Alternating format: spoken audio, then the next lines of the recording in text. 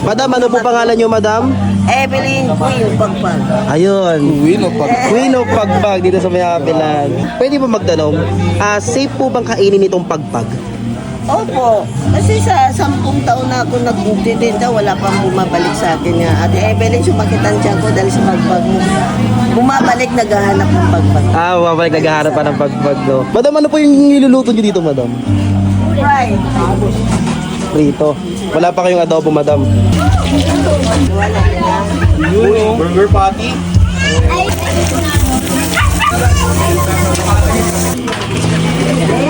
Ginatik out ko nila. Galing ka sa inasal? Pakibunot, please.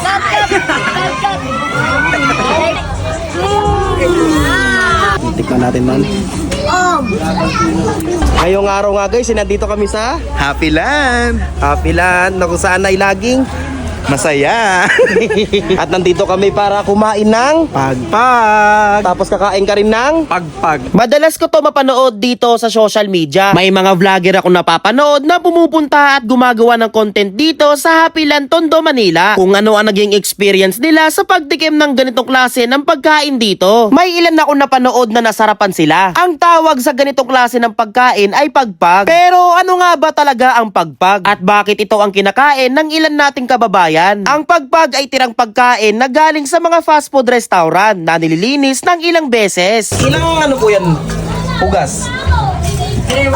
Apat na hugas. Apat po. At niluluto muli.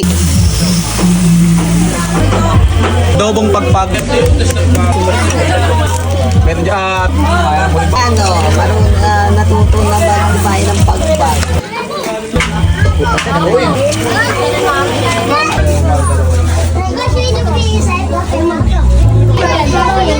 At kinakain ng mga taong kapos sa pera. Para sa marami, mahirap itong maintindihan. Pero para sa ibang pamilya rito, ito ang pinakamurang paraan para may mailaman sa tiyan. Kung sa iba, tingin dito ay wala na, pero para sa ibang mga tao rito, ito ay pwede pa at makakain pa. Guys, hindi tayo pare-pareho ng kalagayan sa buhay. Hindi natin alam ang pinagdadaanan ng ibang tao, kaya maging positive lang tayo. Sa likod ng ingay at liwanag ng Maynila, may mga lugar na araw-araw ay laban para mabuhay. Isa na rito ang Happyland, isang komunidad na matatagpuan sa Tondo, Maynila. At dahil na curious ako at ng ibang tropa nagkayayaan kami na bumisita dito sa Happyland, Tondo, Maynila para ma-experience namin at malaman kung ano nga ba talaga ang lasa ng pagpag.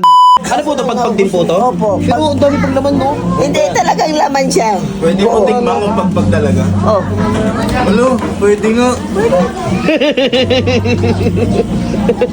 Buraot ka talaga. Madam, ano naman po ito, madam? Itong fried lang po yan. Prito rin siya. Magkano po isang ganito? 30. 30 pesos. Isang plastic guys, 30 pesos. Ayan.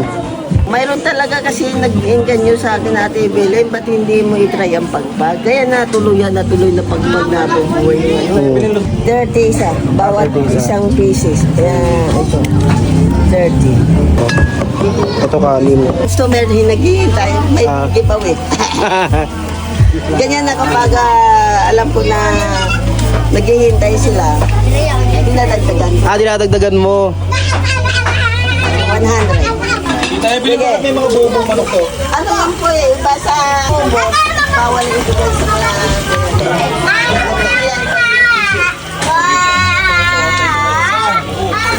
Uy! Thank you, sito ko. Bossing. Kuya ko yun. Kuya ko. Di mo kamukha. Guys, ito nga pala yung pagpag ni Ate Evelyn, no? Bali, ito nga pala yung adobong pagpag. Pritong pagpag. Uy. Bali, iba't ibang mga brand ng fried chicken nga pala to, no? Yun, oh. May Jollibee, McDo, Chow King. Ha? Tikman natin. Uy, may buhok pa man, no? May buhok mo, idol. Tikman natin, man. Ito naman sa may adobo, guys. Halo-halo rin to, eh. May nuggets, fish fillet, patty burger, tapos iba't ibang brand din ng manok. Mismo. Ano to? Nuggets ata yan. Patty burger. Ayan o, patty burger.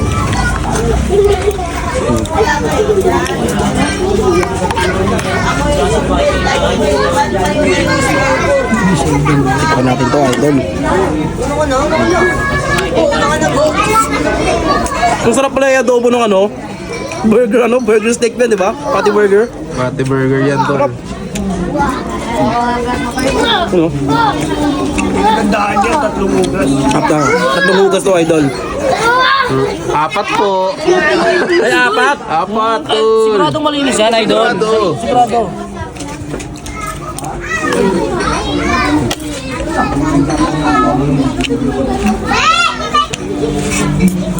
So, tikman natin itong chicken fillet.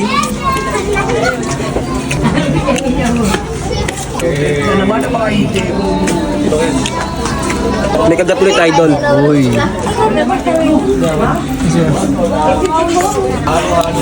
Grabe, tol. Napaka-solid ng experience sa tol.